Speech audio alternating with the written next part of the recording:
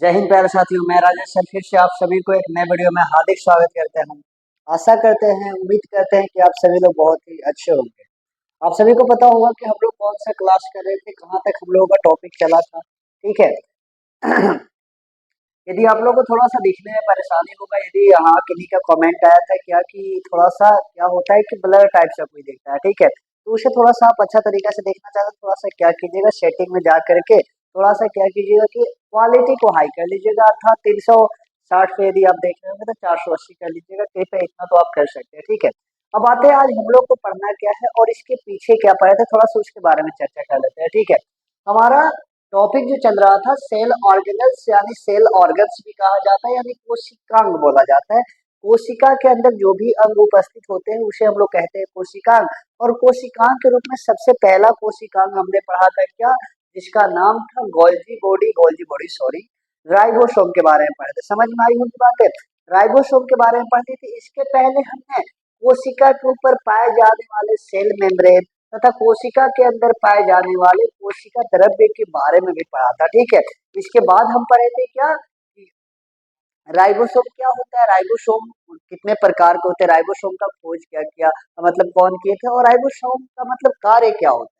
जैसे कि हमारे बॉडी में कोशिकाएं पाई जाती है, यानी कोशिका से मिलकर पूरा जीव का निर्माण हुआ है, तो कोशिका क्या कर रहा है, वर्क कर रहा है, तभी तो हम वर्क कर पा रहे हैं। यानी कोशिका के लिए भी ये सब अंग क्या करते हैं, काम करते हैं। जिस प्रकार से हर इंसान, हर जीव के लिए उसके अंग वर्क करते हैं ना, तो वर्क करने का पीछे उसका सेल वर्क कर रहा है। ठीक है, और सेल वर्क करने का मतलब उसके बहुत सारे ऑर्गन पाए जाते हैं, जो कि ऑर्गन्स वर्क करते हैं तो उसका सेल भी वर्क करता है। समझ में आई होगी बातें। तो आज हम लोग दूसरा कोशिका अंग यानी दूसरा सेल ऑर्गेनल्स के बारे में पढ़ने जा रहे हैं, जिसका नाम होता है गोल्जी बॉडी, अर्थात इसे गोल्जी कॉम्प्लेक्स भी बोला जाता है। ऐसे तो इसका अनेक नाम भी आपको बताया जाएगा, कौन कौन से अनेक नाम होता है, लेकिन ज्यादातर क्या नाम से बुलाया जाता है, तो याद रखिएगा गोल्जी बॉडी या गोल्जी कॉम्प्लेक्स भी कहा जाता है। यदि मैं इसे हिंदी में बात करूं तो गोल्जी का या गोल्जी उपकरण भी कहा जाता है। यहाँ पे मैंने क्या बनाया है, इसका स्ट्रक्चर बनाया है कि गोल्जी बॉडी का कुछ ऐसा स्ट्रक्चर होता है। समझ में आई बात है। यदि ये वाला पसंद ना है तो आप रियल में इमेज देख सकते हो, जैसा कि ऐसा कुछ गोल्जी बॉडी दिखाई पड़ता है। समझ में आई होगी बात है।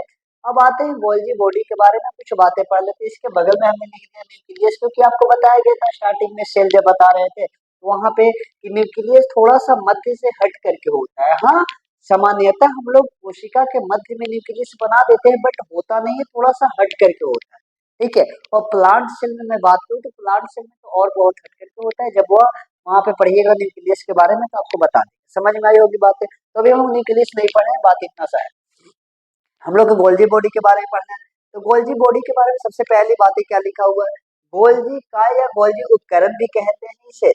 गोल्जी उपकरण कोशिका के अंदर मिलने वाला एक प्रकार का कोशिकांग होता है। कौन नहीं जानता भाई, कोशिका के अंदर मिल रहा है तो कोशिकांग ही होगा ना।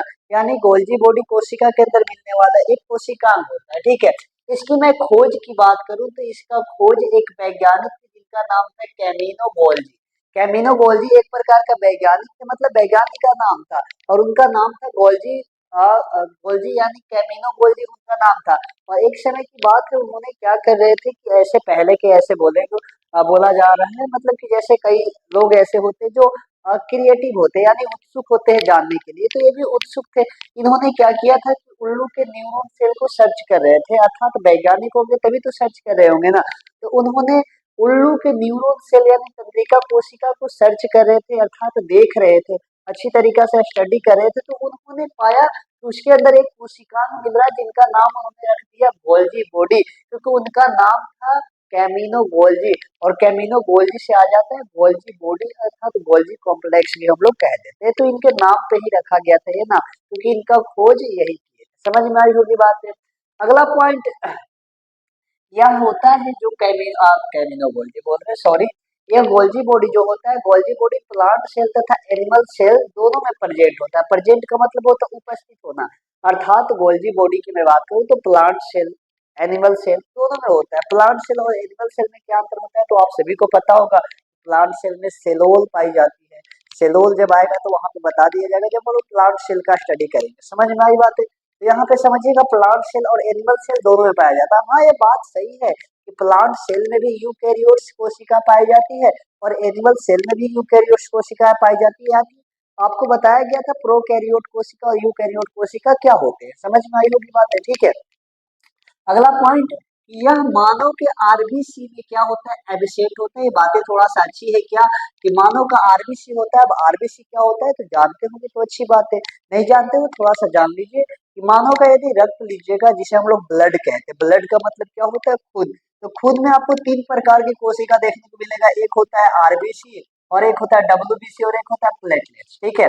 पहला क्या मैंने बताया आरबीसी, दूसरा होता है डब्ल्यूबीसी और तीसरा होता है प्लेटलेट्स, ठीक है। ये तीन प्रकार की कोशिकाएं होती है। तो तीनों प्रकार की कोशिकाएं में से आरबीसी एक ऐसा कोशिका होता है जिसके अंदर गोल्जी बॉडी एबिसेंट होता है, यानी कि उपस्थित ही नहीं रहता, यह एबिसेंट हो जाता है, अनुपस्थित रहता है। समझ में आई बातें। जब आपको रक्त पढ़ाया जाएगा वहां पे, जब आपको रक्त के बारे में अध्ययन करेंगे, यहाँ पे ब्लड के बारे में स्टडी करेंगे, तो वहां पे आपको बता दिया जाएगा तीनों प्रकार की कोशिका, सबका वर्क बता दिया जाएगा। समझ में आएगी बातें, ठीक है।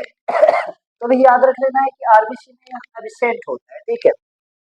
अगला पॉइंट, यह प्रोकैरियोट सेल में पूर्णतः एब्सेंट होता है। पूर्णतः मतलब कभी पाया ही नहीं जाता, मतलब हमेशा के लिए।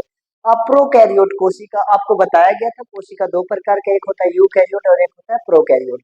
यह प्रोकैरियोट कोशिका में क्या होती है, एब्सेंट होती है, अर्थात इनमें भी एब्सेंट और इनमें भी एब्सेंट। लेकिन मानव के सब कोशिका में एब्सेंट नहीं होता है, केवल आरबीसी कोशिका में एब्सेंट होता है। फर्क समझिएगा ध्यान से ना। इसके अलावे अर्थात यानी कि गोल्जी बॉडी को अन्य नाम से भी जाना जाता है, जैसे स्टार्टिंग में बताया था, इसे गोल्जी कॉम्प्लेक्स भी बोला जाता है, गोल्जी बॉडी भी बोला जाता है। इसके अलावा इसके अन्य नाम भी होते हैं, जैसे इसके अनेक नाम भी होते हैं, जैसे पहला बोले तो गोल्जी बॉडी और गोल्जी कॉम्प्लेक्स के साथ साथ इसको क्या कहा जाता है, गोल्जी एपरेटस। क्या बोला जाता है, गोल्जी एपरेटस बोला जाता है। जैसे पहला नाम इसका क्या हो गया, गोल्जी बॉडी, दूसरा नाम बोल सकते हो गोल्जी कॉम्प्लेक्स। तो ऐसे लिखवाते तो यहाँ पे पहला और यहाँ पे दूसरा, ऐसे यहीं पे दो ठे हो गया, ये तीसरा से चल जाता है, ठीक है। ऐसे इसके पांच नाम होते हैं, जैसे देखिए गोल्जी एपरेटस, और फिर चौथा होता है लाइपोकॉन्ड्रिया, लाइपोकॉन्ड्रिया भी कहा जाता है, और एक और नाम होता है जिसे हम लोग डिक्टियोसोम कहते हैं। डिक्टियोसोम अर्थात डिक्टियोसोम कभी नाम सुनोगे तो ऐसा ही बोलिएगा कि गोल्जी बॉडी को कहा जाता है। लाइपोकॉन्ड्रिया किसे कहा जाता है, तो इसे ही कहा जाता है। समझ में आई होगी बात है, ठीक है। अगला पॉइंट, प्लांट सेल में मिलने वाले जीबी यानी गोल्जी बॉडी, शॉर्ट में लिखनी है, गोल्जी बॉडी को डिक्टियोसोम कहा जाता है। अब जीबी यहाँ पे गलती नहीं है, बात ऐसा है कि आप शॉर्ट में लिखना चाहो तो जीबी का ऐसे लिखा जाता है, जीबी का मतलब गोल्जी बॉडी। यहाँ जीबी का मतलब मोबाइल का डेटा मत समझ लीजिएगा, समझ में आई बात है। यहाँ पे जीबी का मतलब गोल्जी बॉडी में, कहो जो बायोलॉजी का स्टडी कर रहे हैं भाई, समझे। तो जो प्लांट सेल में गोल्जी बॉडी मिलता है उसे ही हम लोग एक नाम से जानते हैं जिसे कहते हैं डिक्टियोसोम। अब ऐसा बात है कि क्या प्लांट सेल में अलग गोल्जी बॉडी मिलता है और एनिमल सेल में अलग मिलता है क्या, तो ऐसी बातें नहीं है, उसमें भी सेम है, इसमें भी सेम है। जैसे कि आप कहीं जाते होगे तो आपका जहाँ पे घर होगा वहां पे आपको किसी और नाम से बुलाते हैं, और आप कहीं जाते हो तो वहां पे और किसी नाम से बुलाया जाता है। इसी प्रकार से प्लांट सेल में मिलने वाले गोल्जी बॉडी को हम लोग कहते हैं क्या, डिक्टियोसोम बोला जाता है। समझ में आई होगी बातें। इतना बेसिक नॉलेज था गोल्जी बॉडी के बारे में, लेकिन अभी तक हमने नहीं पढ़ा कि गोल्जी बॉडी का वर्क क्या होता है। भाई जैसे कि कोशिकांग बहुत सारे वर्क करते हैं, कोशिका कोशिका के अंदर वर्क करता है, जैसे कि आपको बताया गया था राइबोसोम के बारे में, तो राइबोसोम को तो पूरा प्रोटीन का फैक्ट्री बोल गया था, यानी कि राइबोसोम पूरा प्रोटीन का निर्माण करता है, तभी तो कोशिका वर्क कर पाएगी, अर्थात राइबोसोम भी वर्क कर रहा है। इसी प्रकार से गोल्जी बॉडी भी तो वर्क करेगा ना, तो गोल्जी बॉडी का काम क्या होता है इसके बारे में थोड़ा देख लेते हैं। गोल्जी उपकरण या गोल्जी का सेल है। गोल्जी उपकरण श्रावण यानी सेक्रेशन से संबंधित होता है। संबंधित का मतलब ये कि इसका मुख्य कार्य होता है श्रावण करना। श्रावण का मतलब क्या होता है कि कभी किसी पदार्थ का घट गया रासायनिक पदार्थ तो उसको श्रावित करेगा। श्रावित का मतलब होता है निकालना, बाहर निकालना, यानी किसी पदार्थ का श्रावण करना। समझ में आई बात है। ऐसा कहता है मतलब इसको श्रावण श्रावित यानी कैसे बोल सकते हैं, इसका काम ही होता है श्रावण करना, सिक्रेशन करना, ठीक है। तथा यह कोशिका के उत्पादों को सही स्थानों तक ले जाता है, जिस कारण इसे ट्रैफिक पुलिस भी कहा जाता है। यानी कि जैसे सड़क पर बोल दिया जाए तो पुलिस सभी लोगों को क्या करती है, मतलब कि ऐसे बीच रास्ते में से हटाया करती है, सिंपल सी बातें हैं। या तो ऐसे कह सकते हो कि सभी को मतलब अपने अपने स्थानों तक ले जाती है। समझ में आई बात है? यानी वो हमारे लिए मदद करती है। इसी प्रकार से कोशिका का उत्पाद, उत्पाद का मतलब जो भी कोशिका बना रहा है, जो भी निर्माण कर रहा है, तो सभी पदार्थों का एक निश्चित स्थान होता है कि कहाँ तक उसको ले जाना है। तो उसको ले जाने का काम करता है गोल्जी बॉडी, और गोल्जी बॉडी ले जाने का काम करता है, उसी कारण इसे ट्रैफिक पुलिस भी कहा जाता है। यही इसका कार्य होता है। सिंपल सा छोटा काम था, ज्यादा बड़ा नहीं। और साथ में इसका सिक्रेशन, यानी किसी पदार्थ का कमी हो गया तो यह सिक्रेशन भी करता है। समझ में आई बात है? यानी इसका श्रावण से भी संबंधित होता है और साथ में यह काम भी करता है। तो यह तो छोटा सा टॉपिक आज हमारा क्या, गोल्जी एपरेटस बोल सकते हो, गोल्जी बॉडी बोल दीजिए, गोल्जी कॉम्प्लेक्स बोल दीजिए, लेकिन हिंदी में गोल्जी का या तो गोल्जी उपकरण ही कहा जाता है। इसके बारे में आशा करते हैं आप सभी को यह वीडियो बहुत ही अच्छा लगा होगा। आते हैं अगले अब नेक्स्ट वीडियो में हम लोग पढ़ेंगे नेक्स्ट कोशिका यानी नेक्स्ट सेल ऑर्गेनल्स के बारे में। ठीक है, तो आज के लिए इतना ही छोड़ते हैं। आज के लिए सभी को धन्यवाद।